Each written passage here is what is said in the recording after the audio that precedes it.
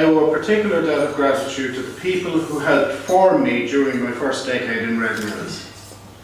Breda Whitty, Kieran Mann, Frank Kiernan, rest and soul, Jimmy and Nicholas Murphy, Andy Comerford, and so many more, and I'm sorry if I haven't mentioned you.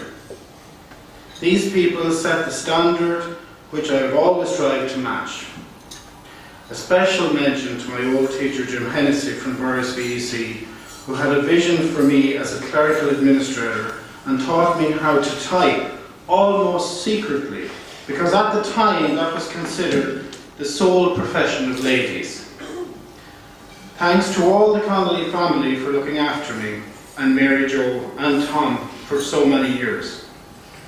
Special thoughts here for the boss who took me on in 1963, and Mrs. Connolly, who always treated me with such respect. When I started here in Red Mills, Joe, Bill and John and Pat were mere children. And you know, when you first meet someone at that age, they're always young. Nicolette, Mary, Michael, Peter and Kevin were born since I started work. And special thoughts tonight for John Connolly, who is looking down on the shenanigans here for sure.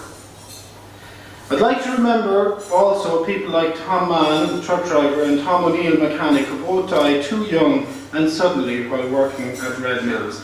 And indeed all our former colleagues and friends who can't be here. During my lifetime at Red Mills, I have been privileged to witness many highlights and huge changes. We remember the tragedy of the mill burning down in '91, but as we look back, this was a turning point for Red Mills.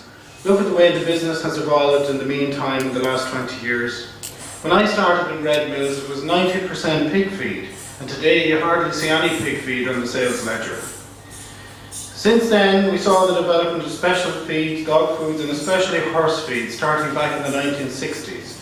Up to that time, horses were fed on oats, and that was about it. But the boss and Paddy Mullins came up with some mixture which was fed to great horses such as Bull Pine, and now some of the best horses all over the world, stretching from France to Tokyo, from Rome to, or even Singapore to the north of Sweden, Sundsvall. When I started in the office, we had one calculator between us. It could only add or subtract. It couldn't divide or multiply. And it was handed around from one person to the next. Andy Comerford operated a massive big chunky noise machine for doing the debtors accounts and the payroll.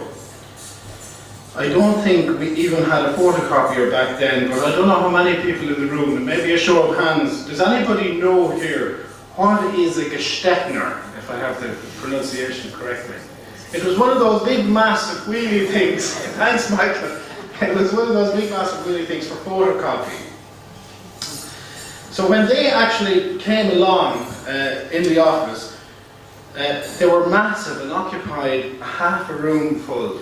And every now and again there'd be a paper choke, often with puffs of smoke coming out of these big machines. My pet project in work was the harvest system. And when I joined Red Mills, all the paperwork associated with harvest was done manually, with 3 or 4 people working flat out for months about harvest time. We were the first company in Ireland, if not even in the world actually, to develop our own computerised harvest system, and with, at that time, Memory Ireland. This system was then improved by Niall O'Callaghan and Peter Connolly, and today form part of Ray Gill's Mill Wheel suite of programmes. Today, it's now the envy of the industry.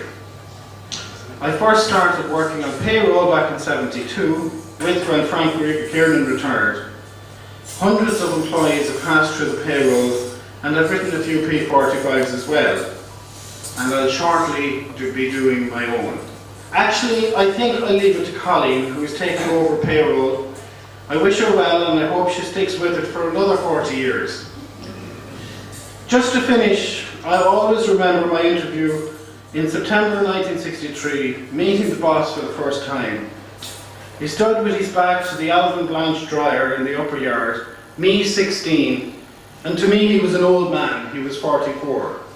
Joe and Bill or Michael are now a little older than that, but to me they still look like chaps. Or do I need to go to Specsavers? Sure, John, I'm only 21.